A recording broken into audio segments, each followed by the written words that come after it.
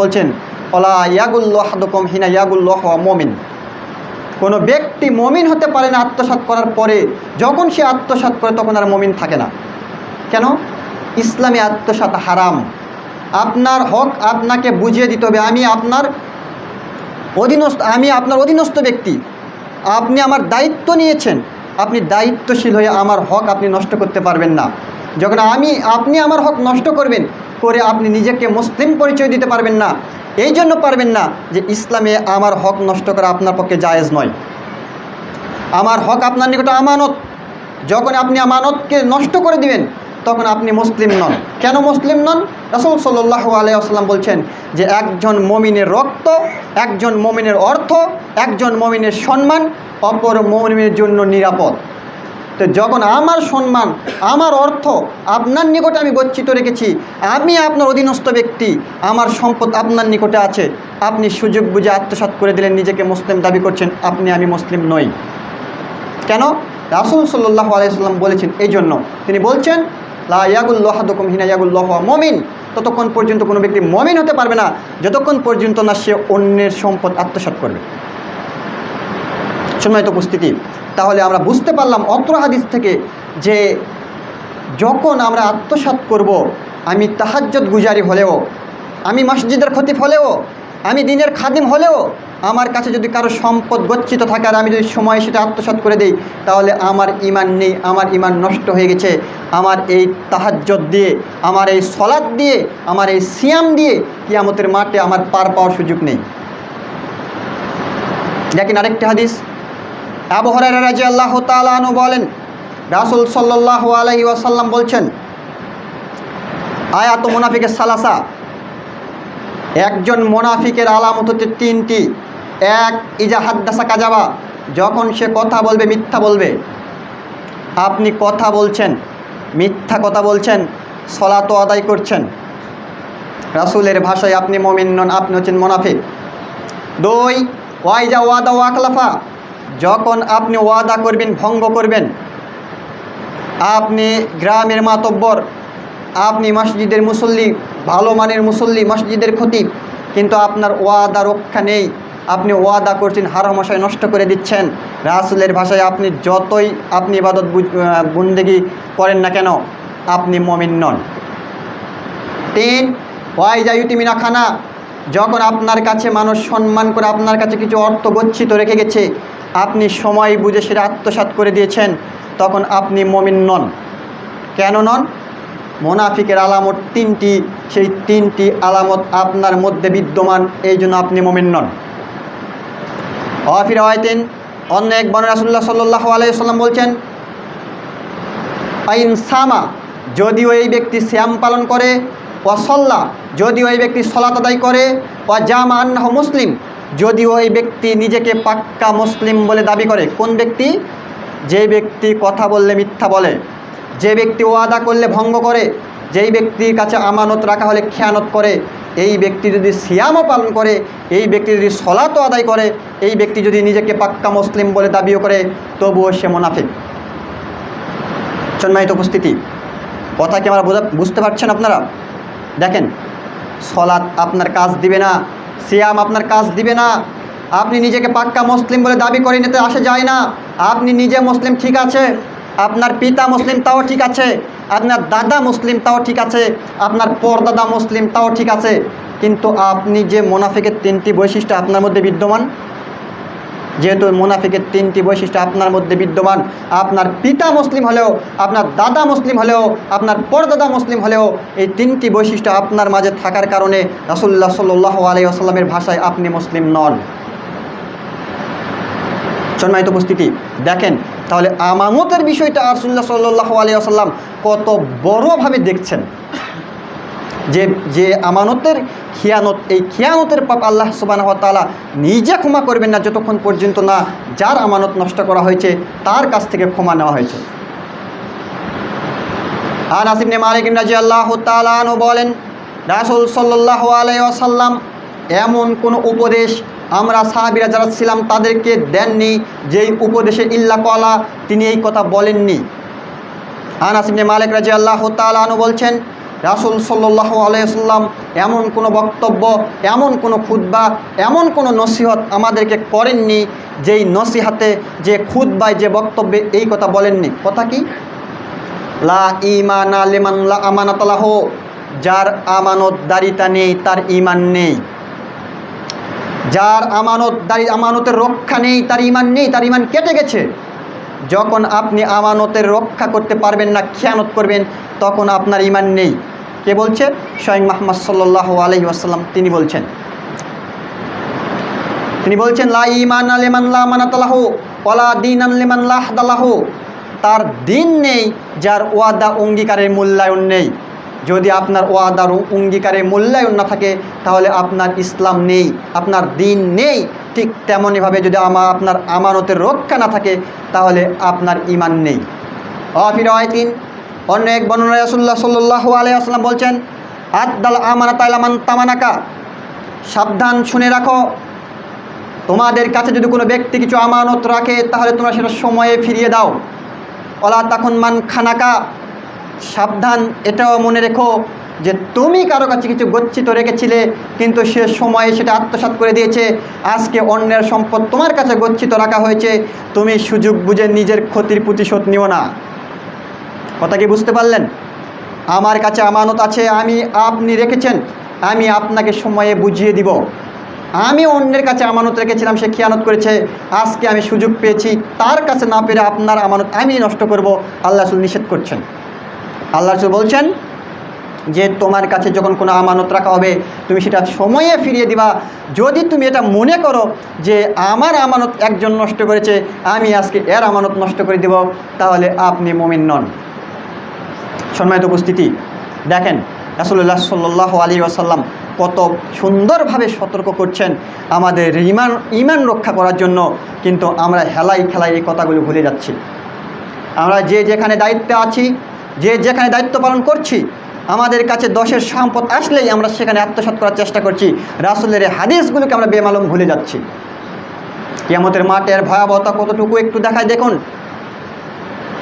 সাঈদ ইবনে যায়েদ রাদিয়াল্লাহু তাআলা আনহু قال رسول الله صلى الله عليه وسلم, সাঈদ ইবনে যায়েদ রাদিয়াল্লাহু তাআলা আনহু বলেন রাসূল সাল্লাল্লাহু আলাইহি ওয়াসাল্লাম বলেছেন মান আখাজা শিবরান মিন আরজি জুলমান, যদি কোনো ব্যক্তি এই জমিনে 1 বিঘত জায়গা অন্যায়ভাবে দাবিয়ে নেয়, দলীয় দাপটে হোক, ক্ষমতার বলে হোক, বা অর্থ বলে হোক, বা জনবলে হোক, যদি কোনো ব্যক্তি এই পৃথিবীতে 1 বিঘত 1 টাকার জমি দাবিয়ে নেয় অন্যায়ভাবে, ফা ইন্নাহু ইয়াতাওয়াক্কাহু ইয়াউমাল কিয়ামা, কিয়ামতের মাঠে আল্লাহ সুবহানাহু ওয়া তাআলা ওই ব্যক্তিকে মিন সাবঈ আরাজিন, ওই রকম 7 তবক জমিন তার কাঁধে ঝুলিয়ে দিবেন, কাঁধে তুলে দিবেন। আজকে আপনার দল ক্ষমতায়, আজকে আপনার জনবল বেশি আছে, আজকে আপনার অর্থ বেশি আছে, প্রতিবেশী আপনার মাজলুম, তার উপরে আপনি অন্যায়ভাবে চাপিয়ে দিয়ে আপনি তার কাছ থেকে 1 বিঘত জমি আজকে দাবিয়ে নিয়েছেন। প্রতিবেশী মাজলুম, পারেনি আপনার সঙ্গে লড়তে, তার জনবল নেই, তার অর্থবল নেই, তার ক্ষমতা নেই, তার দলীয় দাপট নেই, আপনি সুযোগে তার কাছ থেকে 1 বিঘত জমি দাবিয়ে নিয়েছেন।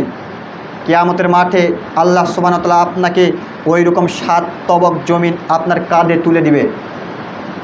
যেই দিন আপনার কাঁধে ওই রকম 7 তবক জমিন আল্লাহ সুবহানাহু ওয়া তাআলা উঠিয়ে দিবেন, সেই দিন বুঝবেন আপনি আপনার ক্ষমতা কতটুকু কিয়ামতের মাঠে, সেই দিন বুঝতে পারবেন। সেই দিন বুঝতে পারবেন আপনার দলীয় দাপট কিয়ামতের মাঠে কতটুকু কাজ দিবে, সেই দিন বুঝতে পারবেন যে আপনার জনবল কিয়ামতের মাঠে কতটুকু কাজ দিবে। কিন্তু আজকে আমরা রাতকে রাত মনে করছি না, দিনকে রাত বানিয়ে আমরা একে অন্যের সম্পদ আত্মসাৎ করার জন্য প্রতিযোগিতায় লিপ্ত হয়েছি। যেভাবে পাচ্ছি, যেখান থেকে পাচ্ছি, সেখান থেকে আমরা আত্মসাৎ করার চেষ্টা করছি। অথচ এই আত্মসাতের পাপ যে কত ভয়াবহ এটা আমরা বুঝতে পারছি না। দেখুন আরেকটি হাদিস, ওয়ান সালেম আন আবিহি, তাবেঈ সালেম তার পিতা হতে বর্ণনা করেন, তার পিতা বলেন মান আখাজা মিন আরজি জুলমান, যদি কোনো ব্যক্তি 1 বিঘত জমি দাবি এনে থাকে বেগাইরিল হক, যে জমির উপরে তার হক নেই, আমি 1 বিঘত জমি অন্যায়ভাবে দাবিয়ে নিয়েছি, যে জমির উপরে আমাদের কোনো হক নেই, এরকম জমি দাবিয়ে নিয়েছি। খুশিফা বিয়মাল কিয়ামাতে আলা সাবি আরাজিন। রাসূলুল্লাহ সাল্লাল্লাহু আলাইহি ওয়াসাল্লাম বলছেন, আল্লাহ সুবহানাহু ওয়া তাআলা কিয়ামতের মাঠে ওই ব্যক্তিকে এই 7 তবক জমিন পর্যন্ত ধসিয়ে দিবেন। আজকে আপনার যে জমির উপরে হক নেই, আপনি অন্যায়ভাবে দাবিয়ে নিয়ে আছেন, মনে রাখবেন কিয়ামতের মাঠে আল্লাহ সুবহানাহু ওয়া তাআলা আপনাকে এইরকম 7 তবক জমিন পর্যন্ত গড়িয়ে দিবেন। 7 তবক জমিন মানে এক জমিন থেকে আরেক জমিনের ব্যবধান 500 কিলোমিটারের রাস্তা, 500 কিলোমিটার রাস্তা মানে 5000 বছরের রাস্তা। 5000 বছরের রাস্তা বলতে সর্বকালের সর্বশ্রেষ্ঠ যানবাহন এখান থেকে যদি ছোটা শুরু করে, ছুটতে ছুটতে 5000 বছর গিয়ে যেখানে থামবে, এক জমিন থেকে আরেক জমিনের ব্যবধান ততটুকু। তো এতখানি রাস্তা যদি হয় একটা জমিনের ব্যবধান, তাহলে আল্লাহ সুবহানাহু ওয়া তাআলা যেই দিন আপনাকে 7 তবক জমিন এরকম 535 বছরের রাস্তা গড়িয়ে দিবেন, সেই দিন আপনি বুঝতে পারবেন যে দুনিয়াতে 1 বিঘত জমি দাবিয়ে নেওয়ার পরিণাম কত ভয়াবহ। আজকে আমাদের সমাজের দিকে লক্ষ্য করুন, পিতা মারা গেছে 20 বছর আগে, ভাই আজও বোনকে জমির ভাগ দেয়নি, অন্যায়ভাবে ভক্ষণ করছে, অন্যায়ভাবে নিজের কাছে রেখে দিয়েছে। এটা কি আত্মসাৎ নয়? অবশ্যই আত্মসাৎ। বোন যখন জমির ভাগ নিতে আসছে, তখন ভাই বলছে যে যা ঠিক আছে, তোকে জমির ভাগ দিলাম, আত্মীয়তার সম্পর্ক ছিন্ন করে দিলাম। যেখানে বোনের ভাগ, বোনের হক আল্লাহ সুবহানাহু ওয়া তাআলা নির্ধারণ করে দিয়েছে, তিনি তার প্রাপ্য তিনি নিতে এসেছে, আর ভাই বলছে যে আজ থেকে তোকে আমি বোন হিসেবে ত্যায্য করে দিলাম। কেন? বাপ মারা গেছে 20 বছর আগে, লজ্জা করা উচিত ছিল। যেই দিন বাপ মারা গেছে সেই দিন বোনের হক বের করে দেওয়া। অন্যায়ভাবে 20 বছর থেকে জমি আত্মসাৎ করে আসছে, 20 বছর পরে এই বোন জমি নিতে এসেছে, বোনের সাথে সম্পর্ক ছিন্ন করছে। কিয়ামতের মাঠে 20 বছরে আত্মসাতের পাপ এই ভাইকে বুঝাতে গেলে তার জন্য পরকাল খুব কঠিন হয়ে যাবে। আর বাবাও সেই রূপ, মরার আগে বাবা সমস্ত জমি তার ছেলের নামে লিখে দিয়েছে, আর মেয়েকে ডেকে বলছে, মা তোকে আমি দোয়া দিয়ে দিলাম।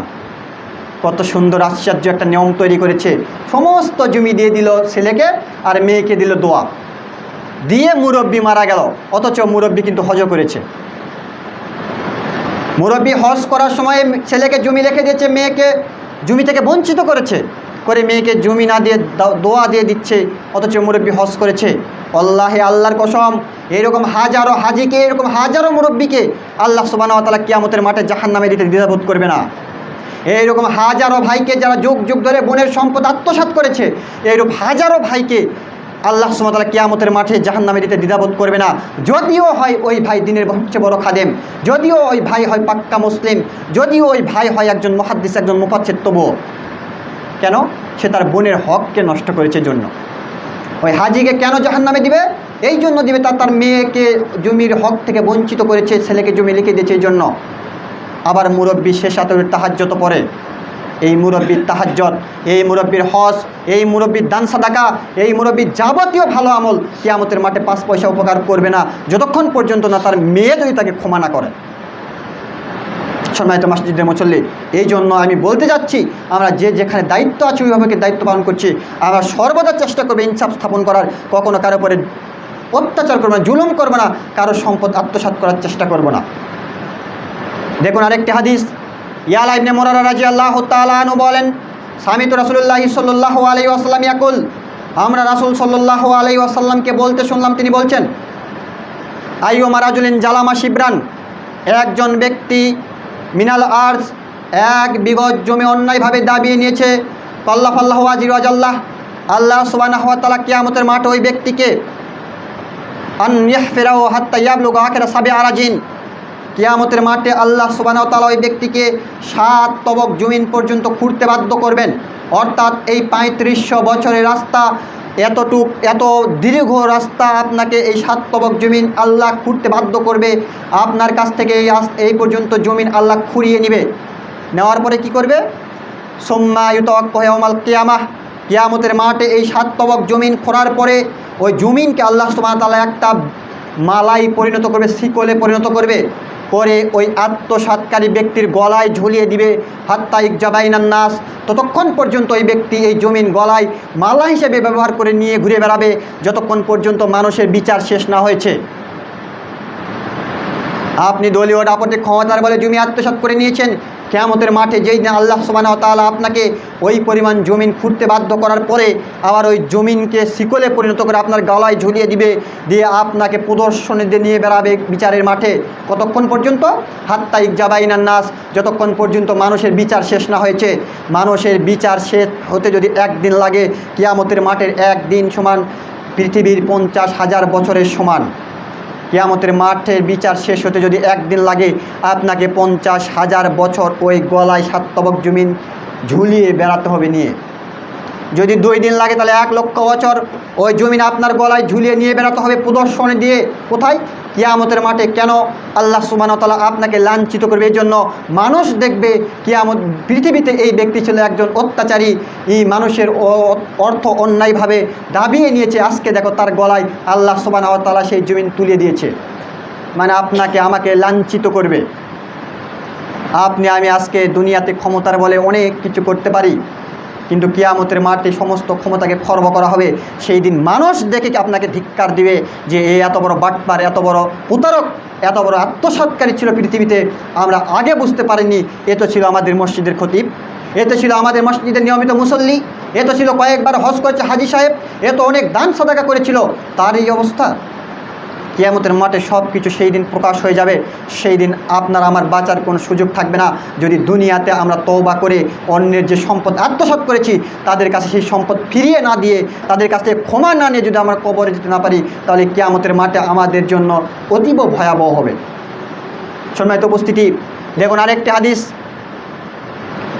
আব্দুল্লাহ ইবনে আমির রাদিয়াল্লাহু তাআলা আনহু বলেন, রাসূল সাল্লাল্লাহু আলাইহি ওয়াসাল্লামকে জিজ্ঞাসা করল, আল্লাহ রাসূল, আইয়ুন নাস আফজাল, সবচেয়ে ভালো ব্যক্তিকে, সবচেয়ে ভালো মানুষ পৃথিবী থেকে? উত্তরে আল্লাহ রাসূল বলছেন, শোনো, কুল্লু মাহমুমুল কাল, প্রত্যেক নিষ্কলুষ অন্তরের অধিকারী, যার অন্তর পবিত্র, যার অন্তর ভালো। কথায় আছে পৃথিবীর শ্রেষ্ঠ আদালত হচ্ছে মানুষের বিবেক। যদি মানুষের বিবেক ঠিক থাকে, মানুষের অন্তর যদি ঠিক থাকে, তাহলে কোনো ব্যক্তি কখনো কারোর উপরে আত্মসাৎ করতে পারবে না। তাহলে সে জানবে যে আমি যে সম্পদটা দাবিয়ে নিয়ে আছি সেটা আমার সম্পদ না অন্যের সম্পদ। তখন তার মন বলে দিবে, না ওটা আমার সম্পদ নয়, আমি ওই সম্পদ দাবিয়ে নিয়ে থাকতে পারবো না। তখন আপনি তার সম্পদ বের করে দিবেন। যখন আপনার অন্তর পচে যাবে, তখন আপনার মাথায় এই বিবেক কাজ করবে না। তখন আপনি হালালকে হালাল, হারামকে হারাম মনে করবেন না, সমস্ত কিছু আপনার পক্ষীগত করার চেষ্টা করবেন। এই জন্য রাসূলুল্লাহ সাল্লাল্লাহু আলাইহি ওয়াসাল্লাম বলছেন, কুল্লু মাহমুমুল কাল, প্রত্যেক নিষ্কলুষ অন্তরের অধিকারী যারা, তারা হচ্ছে সবচেয়ে ভালো ব্যক্তি। 2, অসাদুকুল লিসান, এবং সত্যভাষী, যারা সর্বদা সত্য কথা বলে, কখনো মিথ্যার আশ্রয় নেয় না। সাহাবীরা জিজ্ঞাসা করল, আল্লাহ রাসূল, সাদুকুল লিসান, সত্যভাষী আমরা বুঝতে পারলাম, কিন্তু নারিফু হুমা মাহমুমুল কাল, আমরা তো বুঝতে পারলাম না যে নিষ্কলুষ অন্তরের অধিকারী কারা। নিষ্কলুষ অন্তরের অধিকারী এটা কেমন কথা, আপনি একটু আমাকে বুঝিয়ে বলুন। তখন রাসূলুল্লাহ সাল্লাল্লাহু আলাইহি ওয়াসাল্লাম বলছেন, আত্তাকি ওয়ান নাকি, ও শোনো, প্রত্যেক পবিত্র অন্তরকরণের অধিকারী ওই ব্যক্তি, লা ইসমাফি, এক, যার কোনো পাপ নেই। তার মানে পাপ হয়েছে, আপনি বুঝতে পেরেছেন যে আপনার পাপ হয়েছে, আপনি তওবা করুন। আল্লাহ আসলে এই বাক্যই বলছেন, লা ইসমাফি, যার কোনো পাপ নেই। পাপ হয়েছে, আদম সন্তান পাপ করবে, পাপ করার পরে আদম সন্তান তওবা করবে। এই জন্য তো আল্লাহ সুবহানাহু ওয়া তাআলা আদম সন্তানকে সৃষ্টি করেছে। আপনার পাপ হয়েছে, আপনি পাপ হওয়ার সাথে সাথে বুঝতে পেরেছেন, আপনি তওবা করুন। এক, লা ইসমাফি, যখন পাপ হবে সাথে সাথে তওবা করবে। ওয়ালা বাগিয়া, 2, যার সীমা লঙ্ঘন নেই, যে কোনো মানুষের উপর অত্যাচার করে না, মানুষের জুলুম করে না, মানুষকে দলীয় দাপট দেয় না। 3, অগেল্লা, যার ভিতরে কোনো আত্মসাৎ নেই, 10-এর সম্পদ তার কাছে সম্মান করে রেখে গিয়েছে, যখন যে ব্যক্তি নিতে এসেছে সময়ে সেটা বুঝিয়ে দিয়েছে। 4, ওলা হাসাদা, যার কোনো হিংসা নেই, মনের ভিতরে যার হিংসা নেই। এই 4টি গুণ যার ভিতরে থাকবে, সে হচ্ছে নিষ্কলুষ অন্তরের অধিকারী। সম্মানিত মসজিদে মুসল্লি, 1, লা ইসমাফি, যার কোনো পাপ নেই। 2, ওলা বাগিয়া, যার কোনো সীমা লঙ্ঘন নেই। 3, ওলা গিল্লা, যার কোনো আত্মসাৎ নেই। 4, ওলা হাসাদা, যার কোনো হিংসা নেই।